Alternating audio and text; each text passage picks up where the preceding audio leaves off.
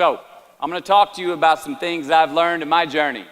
Most from experience, some of them I heard in passing, many of them I'm still practicing, but all of them I do believe are true.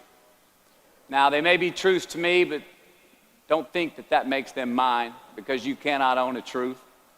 So please think of these as signposts, approaches, paradigms that give some science to satisfaction. They're yours to steal, they're yours to share, liken to your own lives, to personally apply in your own lives, in your own way, should you choose to. So, here we go. Number one, and this should come up on the Jumbotron. Life's not easy. Is it up there?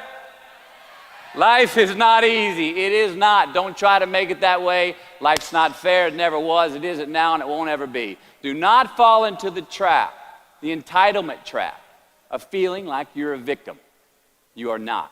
Get over it and get on with it. And yes, most things are more rewarding when you break a sweat to get them. Fact. Number two. I love this one. Unbelievable is the stupidest word in the dictionary. Should never come out of our mouths. Think about it. To say, oh wow, what an unbelievable play. It was an unbelievable book, an unbelievable film, an unbelievable act of courage. Really? It may be spectacular, it may be phenomenal, most excellent or outstanding, but unbelievable? Give others and yourself more credit. It just happened. You witnessed it. You just did it. Believe it.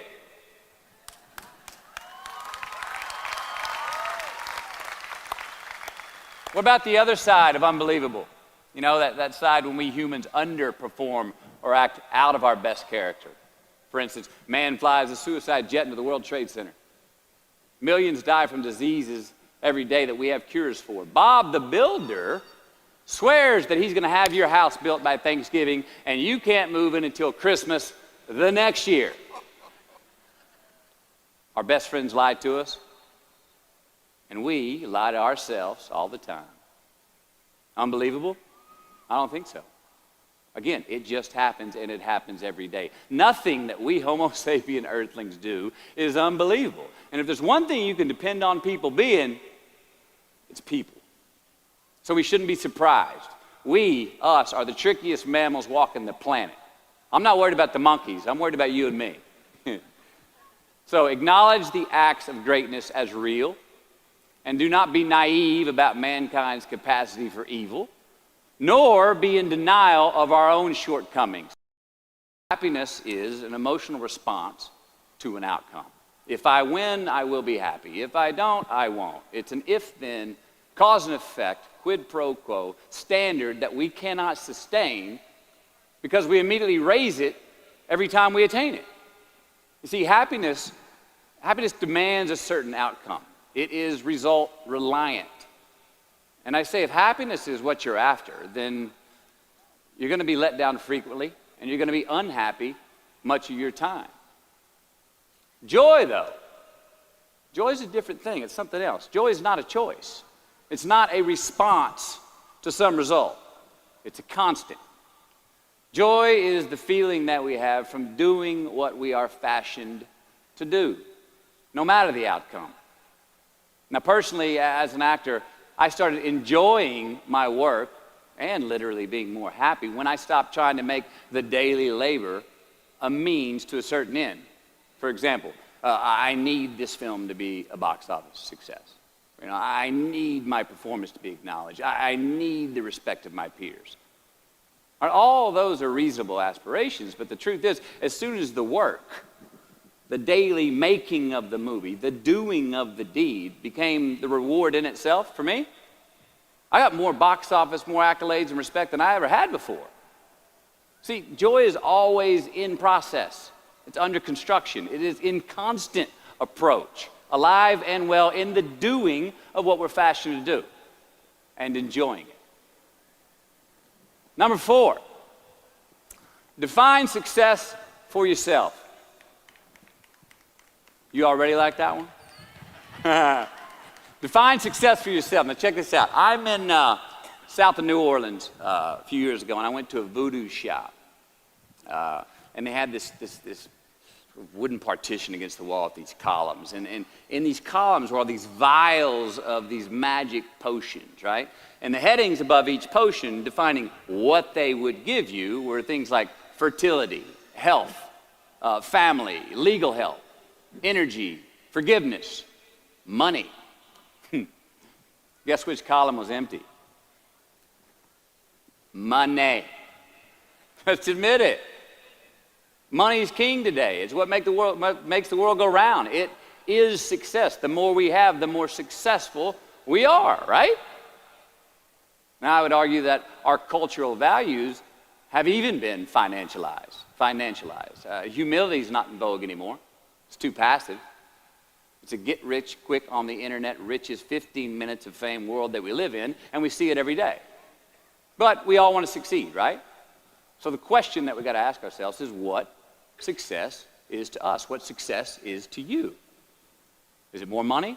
That's fine. I got nothing against money. I don't. Maybe it's a healthy family. Maybe it's a happy marriage. Maybe it's to help others, to be famous, to be spiritually sound, to leave the world a little bit better place than you found it. Continue to ask yourself that question. Now, your answer may change over time, and that's fine. But do yourself this favor. Whatever your answer is, don't choose anything that will jeopardize your soul. Prioritize who you are, who you want to be, and don't spend time with anything that antagonizes your character. Don't drink the Kool-Aid, man. It tastes sweet, but you will get cavities tomorrow, all right? Life is not a popularity contest. Be brave, take the hill, but first answer that question, what's my hill? So, how do I define success? For me, myself. Well, for me, it's a measurement of 5 things. We got fatherhood. We got being a good husband. We got my health, mind, body, and spirit. We got career, and we got friendships. These are what's important to me in my life right now. So I try to measure these 5 things each day. I check in with them. I like to see whether or not I'm in the debit section or the credit section with each one. Am I in the red or am I in the black? You follow? For instance, sometimes say my career is rolling. All right, it's way up here in the black, but I see how my relationship with my wife maybe could use a little bit more of my attention. I got to pick up the slack on being a better husband. Get that one out of the red. Or say my spiritual health could use some maintenance. It's down here, but hey, man, my friendships and my social life, they're in high gear, right? I got to recalibrate. Checks and balances. I got to go to church. Remember to say thank you more often. Something. But I got to take the tally because I want to keep all 5 in healthy shape. And I know that if I don't take care of them, if I don't keep up maintenance on them, one of them is going to get weak, man. It's going to dip too deep into the debit section. It's going to go bankrupt. It's going to get sick, die even. So first, we have to define success for ourselves. And then we have to put in the work to maintain it. Take that daily tally. Tend our garden. Keep the things that are important to us in good shape. I mean, let's admit it. We've all got 2 wolves in us. A good one and a bad one. And they both want to eat. The best I can tell, we just got to feed that good one a little more than the other one. Here we go. Number 5. Process of elimination is the first step to our identity. AKA, where you are not is as important as where you are. All right, 1992, I got my first job as an actor. 3 lines, 3 days work in a film called Dazed and Confused. All right. All right, all right, all right. There we go. So this director of that film, Richard Linklater, he kept inviting me back to set each night, putting me in more scenes, which led to more lines, all of which I happily said yes to. I mean, I'm having a blast. People are telling me I'm good at what I'm doing, and they're writing me a check for $325 a day. I mean, hell yeah, give me more scenes. I love what I'm doing. Well, by the end of the shoot, by the end of the film, those 3 lines had turned into over 3 weeks' work, and it was mine. It was Wooderson's 1970 Chevelle that we went to go get Aerosmith tickets in, man. Yeah, it was badass. Well, a few years ago, I'm watching this film again, and I noticed two scenes that I really shouldn't have been in. In one of these scenes, my character Wooderson, I exit screen left to head somewhere, and then I re-enter the screen and to double check if any of the other characters wanted to go with me. Now, in rewatching the film, and you'll agree if you know Wooderson, Wooderson's not a guy who would ever say, later, and then come back to see if you were sure you didn't want to go. Now, when Wooderson leaves, Wooderson is gone. He does not stutter, step, flinch, rewind, ask twice, or solicit. You know what I'm talking about. Wooderson has better things to do, like liking those high school girls, man, because I get older and they stay the same age. My point is, I should not have been in that scene. Shouldn't have come back. Should have exited screen left and never come back. But back then, making my first film, getting invited back to the set, cashing that check and having a ball, I wanted more screen time. I wanted to be in the scene longer and more and come back into the scene, right? But I shouldn't have been there. Wooderson shouldn't have been there. It is just as important where we are not as it is where we are. Look, the first step that leads to our identity in life is usually not, I know who I am, I know who I am. That's not the first step. The first step's usually, I know who I am not. Process of elimination. Defining ourselves by what we are not is the first step that leads us to really knowing who we are. You know that group of friends that you hang out with that they really might not bring out the best in you? You know, they gossip too much, or they're kind of shady. They really aren't going to be there for you in a pinch. Or how about that bar that we keep going to that we always seem to have the worst hangover from? Or that computer screen, right? That computer screen that keeps giving us an excuse not to get out of the house and engage with the world and get some real human interaction. Or how about that food that we keep eating, the stuff that tastes so good going down, it makes us feel like crap the next week, when we feel lethargic and we keep putting on weight? Well, those people, those places, those things, stop giving them your time and energy. Just don't go there. I mean, put them down. And when you do this, when you do put them down, when you quit going there, and you quit giving them your time, you inadvertently find yourself spending more time and in more places that are healthy for you, that bring you more joy. Why? Because you just eliminated the who's, the where's, the what's, and the when's that were keeping you from your identity. Like, trust me, too many options, I promise you this, too many options will make a tyrant of us all. All right, so get rid of the excess, the wasted time. Decrease your options. And if you do this, you will have accidentally, almost innocently, put in front of you what is important to you by process of elimination. Knowing who we are is hard. It's hard. So give yourself a break. Eliminate who you are not first, and you're going to find yourself where you need to be.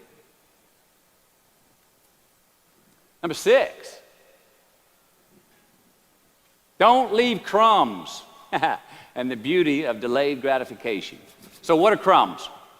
Well, the crumbs I'm talking about are the choices that we make that make us have to look over our shoulder in the future. You didn't pay that guy back the money that you owed him, and tonight you just saw him 3 rows behind you. Shit. You slept around on your spouse, and you just found out that tomorrow she and the lady you're having an affair with are going to be at the same PTA meeting. Shit again. You drank too much last night. You're too hungover to drive your son to his 8 a.m. Saturday morning baseball practice. These are the crumbs. They come in the form of regret, guilt, and remorse. You leave crumbs today, they will cause you more stress tomorrow. And they disallow you from creating a customized future in which you do not have to look over your shoulder. So let's flip the script. Instead of creating outcomes that take from us, let's create more outcomes that pay us back, fill us up, keep your fire lit, turn you on for the most amount of time in your future. These are the choices I'm talking about. And this is the beauty of delayed gratification. All right, tee yourself up. Do yourself a favor. Make the choices, the purchases today that pay you back tomorrow. Residuals. In my business, we call it mailbox money. If I do my job well today, and that movie keeps rerunning on TV, 5 years from now, I'm getting checks in the mailbox. It's a heck of a deal.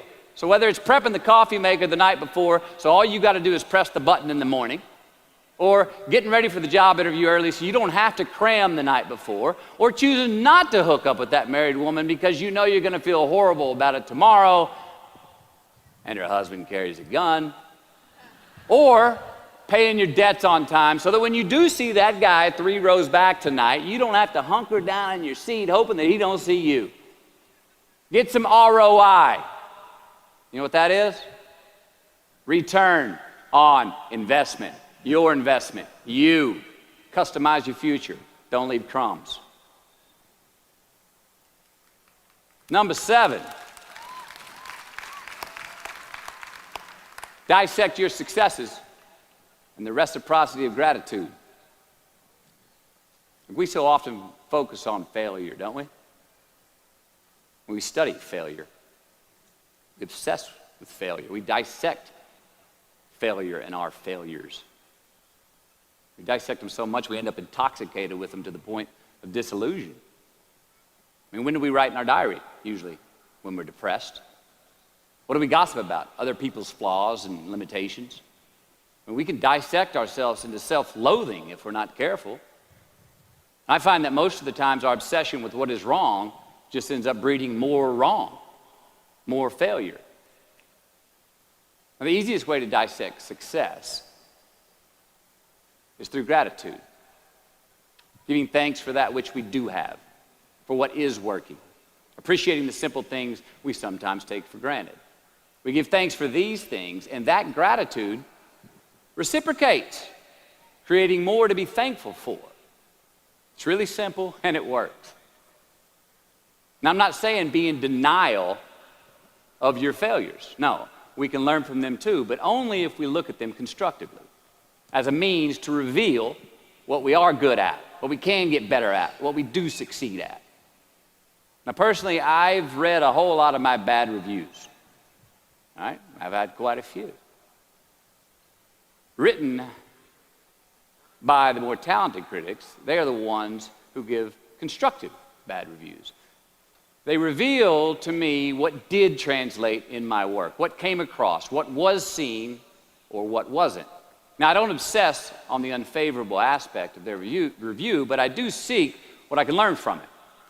Because their displeasure actually uncovers and makes more apparent what I do well, what I am successful at, and then I dissect that. All right, life's a verb. We try our best, we don't always do our best. Well, architecture is a verb as well. Yes, it is. And since we are the architects of our own lives, let's study the habits, the practices, the routines that we have that lead to and feed our success, our joy, our honest pain, our laughter, our earned tears. Let's dissect that and give thanks for those things. And when we do that, guess what happens? We get better at them, and we have more to dissect. Number 8, make voluntary obligations. All right, mom and dad, since we were young, they teach us things as children. Teachers, mentors, the government, and on laws, they all give us guidelines for which to navigate this life. Rules to abide by in the name of accountability. I'm not talking about those obligations. I'm talking about the ones that we make with ourselves, with our God, with our own consciousness. I'm talking about the you versus you obligations. We have to have them. Now, again, these are not societal laws and expectations that we acknowledge and endow for anyone other than ourselves. These are faith-based obligations that we make on our own. These are not the lowered insurance rates for a good driving record. You will not be fined or put in jail if you do not gratify these obligations I speak of. No one else governs these but you. They are your secrets with yourself, your own private counsel. personal protocols. And while nobody throws you a party when you abide by them, no one's going to arrest you when you break them either, except yourself. Or some cops who got a disturbing the peace call at 2:30 in the morning because you were playing bongos in your birthday suit. That was me. An honest man's pillow is his peace of mind. And when you lay down on that pillow at night, no matter who's in your bed, we all sleep alone. These are your personal Jiminy Crickets. And there are not enough cops in the entire world to police them. It's on you. It's on you.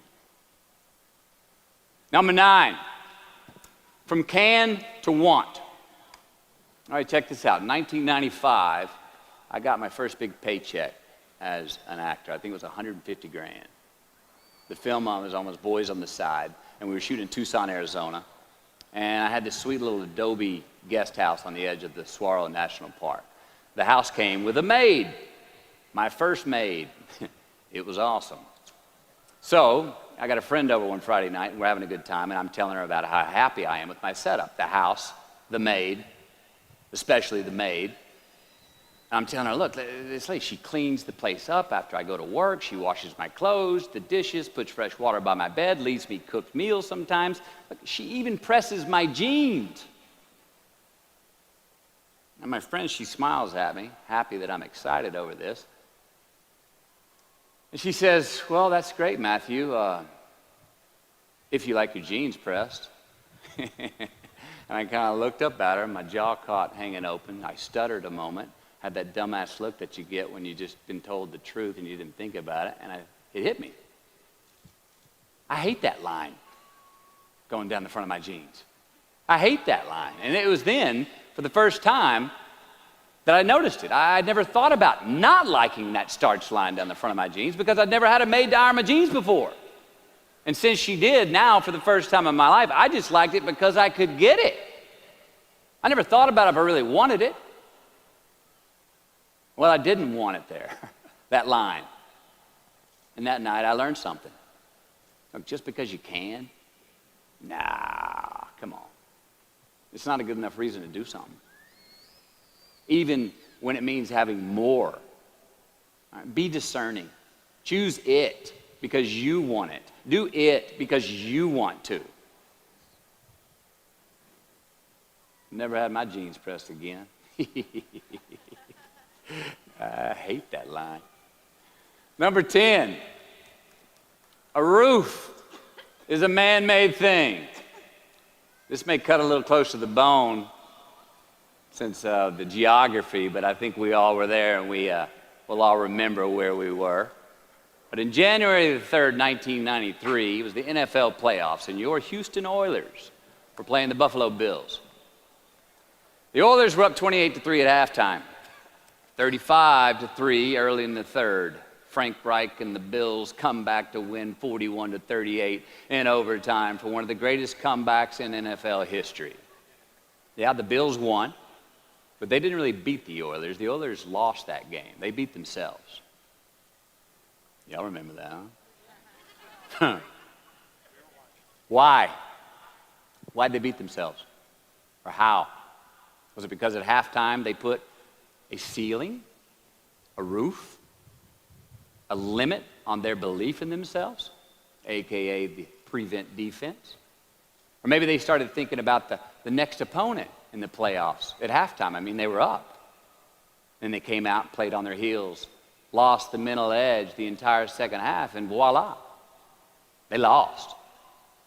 In a mere 2 quarters, defensive coordinator Jim Eddy went from being called the defensive coordinator of the year and the man first in line to be a head coach next year to a man without a job in the NFL. You ever choked? Nobody has ever choked? I have. You know what I'm talking about, fumbling at the goal line, stuck your foot in your mouth once you got to the microphone, had a brain freeze on the exam that you were totally prepared for, forgot the punchline to a joke in front of 4,000 graduating students at the University of Houston commencement.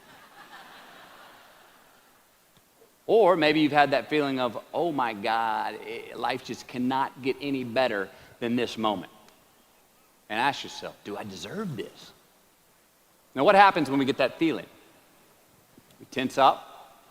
We have this sort of outer body experience where we are literally seeing ourselves in the third person. And we realize that the moment just got bigger than us. You ever felt that way? I have. And it's because we have created a fictitious ceiling, a roof, to our expectations of ourselves. A limit where we think it's all too good to be true. But it's not. And it's not our right to say or believe it is. We shouldn't create these restrictions on ourselves. A blue ribbon, a statue, a score, a great idea, the love of our life, a euphoric bliss. Who are we to think that we don't deserve or haven't earned these gifts when we get them? It's not our right. But if we stay in process, all right, within ourselves, in the joy of the doing, we will never choke at the finish line. Why? Because we aren't thinking of the finish line. Because we're not looking at the clock. We're not watching ourselves on the Jumbotron performing the very act that we're in the middle of. No, we're in process. The approach is the destination, and we are never finished. Bo Jackson, what did he do? He used to run over the goal line, through the end zone, and up the tunnel. The greatest snipers and marksmen in the world, they don't aim at the target. They aim on the other side of the target. We do our best when our destinations are beyond the measurement, when our reach continually exceeds our grasp, and when we have immortal finish lines. And when we do this, the race is never over. The journey has no port. The adventure never ends because we are always on the way. So do this, and let somebody else come up and tap you on the shoulder and say, hey, you scored. Let them run up and tap you on the shoulder and say, man, you won. Let them come tell you, you can go home now. Let them say, I love you too. Let them say, thank you. Take the lid off the man-made roofs that we put above ourselves and always play like an underdog. Here we go.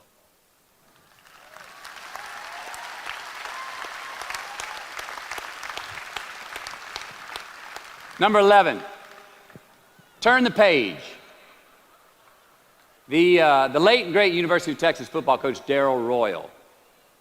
I don't know if y'all remember him. He won a national championship in '69. He won a couple of national championships. You know Darrell Royal? He was a friend of mine and a good friend of many people. Now, a lot of people looked up to this man. One of the people that looked up to him was a musician named Larry. Now, at this time in his life, Larry was in the prime of his country music career. He had #1 hits, and his life was rolling. And he had picked up a bad habit of snorting the white stuff somewhere along the line. And at one particular party, after a bathroom break, Larry went confidently up to his mentor, Darrell, and he started telling him a story. Coach Royal listened, as he always had. And when Larry finished his story and was about to walk away, Coach Royal put a gentle hand on his shoulder, and he very discreetly said, hey, Larry, you got something on your nose there, bud. Well, Larry immediately hurried to the bathroom mirror where he saw some of the white powder that he hadn't cleaned off his nose. He was ashamed. He was embarrassed, as much because he felt so disrespectful to Coach Royal, and as much because he'd obviously gotten too comfortable with the drug to even hide it as well as he should. Well, the next day, Larry went to Coach's house. He rang the doorbell. Coach answered, and he said, Coach, I need to talk to you. Darrell said, sure, come on in. Larry confessed. He purged his sins to Coach. He told him how embarrassed he was and how he had lost his way in the midst of all this fame and fortune. And towards the end of an hour, Larry, who was in tears, he asked Coach, he said, Coach, what do you think I should do? The coach, being a man of few words, just looked at him and calmly said, Larry, I have never had any trouble turning the page in the book of my life. Larry got sober that day, and he's been sober for the last 40 years. You ever get in a rut? You know what I'm talking about? You get in a funk. Get stuck on the merry-go-round of a bad habit. I have. Look, we're going to make mistakes. You got to own them. Then you got to make amends. And then you got to move on. Guilt and regret kills many a man before their time. So turn the page, get off the ride. You are the author of the book of your life. Turn that page.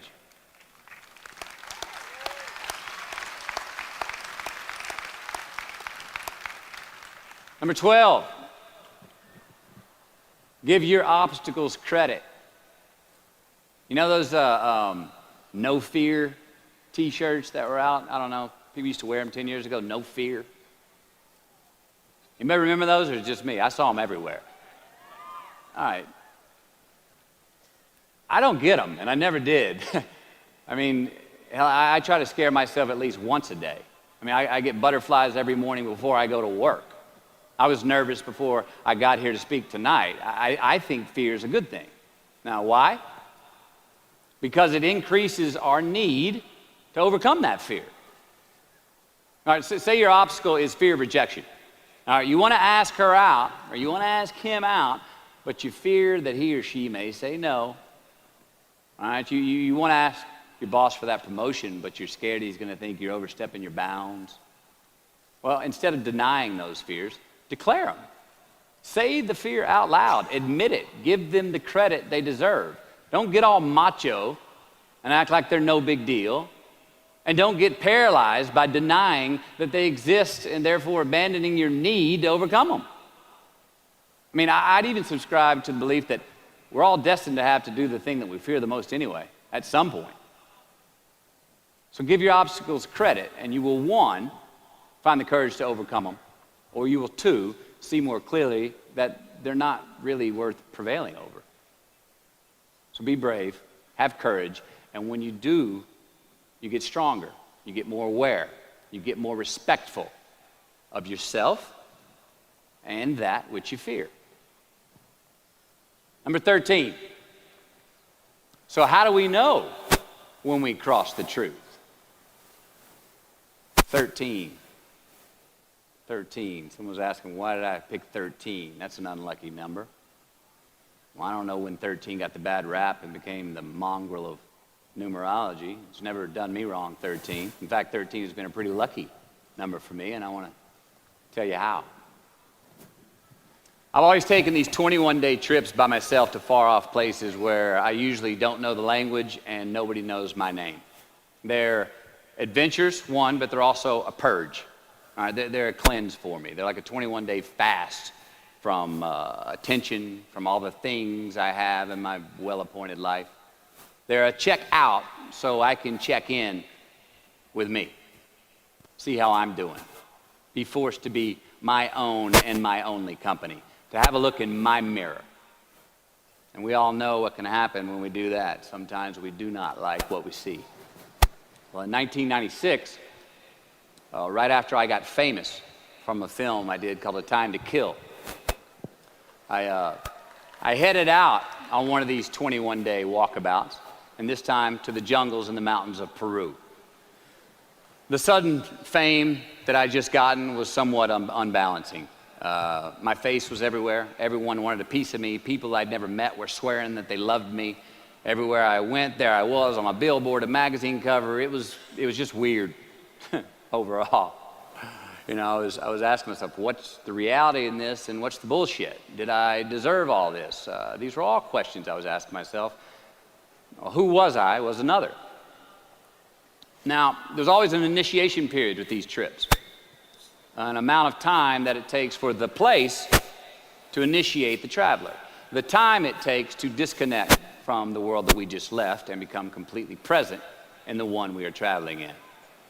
Now, for me, that initiation period usually lasts about 13 days. 13 hellish days until I am out of my own way. And after that, the whole trip is really fun and smooth sailing. Well, it was the night of the 12th day of my 21-day trip. I'm settling into camp. I'd already hiked 80 miles to this point, and I had a 3-day trek ahead of me to Machu Picchu. And I was full on sick of myself. Wrestling with the loss of my anonymity. I was guilt-ridden for sins of my past. I had a lot of regret. I was lonely, disgusted with my company, mine. And I was doing a pretty good job of mentally beating the shit out of myself. Anyway, grappling with these demons on this night, I couldn't sleep. All of these badges and banners and expectations and anxieties that I was carrying with me, I needed to free myself from them. Who was I asked myself. I mean, not only on this trip, but in this life. So I stripped down to nothing. I took every moniker that gave me pride and confidence, all the window dressings, the packaging around the product. I discarded them all. I got rid of my lucky and faithful American cap. I stripped off all my talismans from adventures past. I even discarded my late father's gold ring with an M on it that he gave to me. And it was a meltdown of he and my mom's class rings and gold from my mom's teeth. I even got rid of that. I was naked, literally and figuratively. And I got sick. Soaked in sweat, I threw up and a mile left in my belly. Now, a few hours later, I awoke on this 13th morning to a rising sun, surprisingly fresh and energized. I dressed, made some tea, and I went for a morning walk. Not towards my destination, Machu Picchu, but rather to nowhere in particular. My gut was still a bit peaked from last night's purge, but I curiously felt pretty good. I felt alive. I felt clean. I felt free and light. Along a muddy path on this walk, I turned a corner. And there in the middle of the road was this mirage of the most magnificent pinks and blues and red colors that I'd ever seen. It was electric, glowing and vibrant, just hovering just off the surface of the jungle floor as if it was plugged into some neon power plant. I stopped. I stared. There was no way around it. The jungle floor in front of me was actually thousands of butterflies there in my path. It was spectacular. So I stayed a while. And somewhere in my captivation, I heard this little voice inside my head say these words. All I want is what I can see. And all I can see is what's in front of me. Now, at that moment, for the first time on this trip, I had stopped anticipating what was around the corner. For the first time, I stopped thinking about what was coming up next, what was up ahead. Time slowed down. I was no longer in a rush to get anywhere, and my anxieties were greatly eased. A few hours later, I returned to camp, packing for my continuing journey. I had a bang in my step.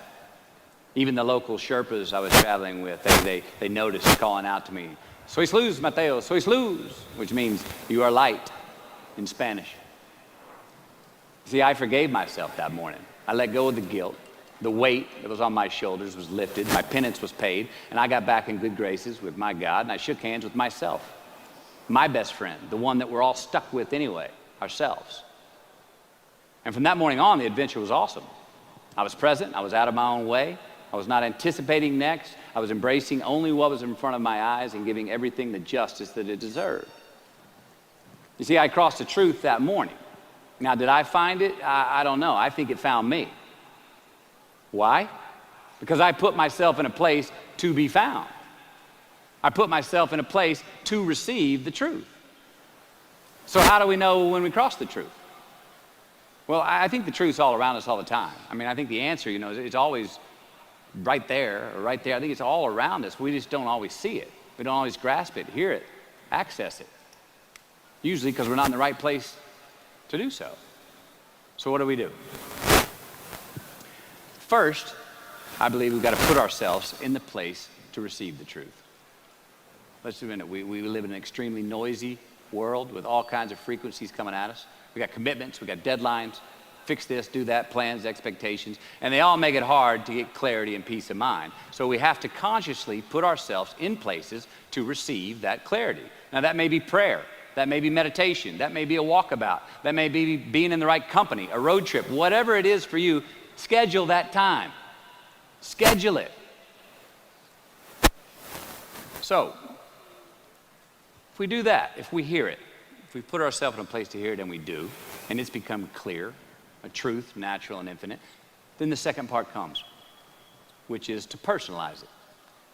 Ask yourself how it works for you, how it applies to you personally, why you need it in your life specifically. And if you do that, then comes the third part.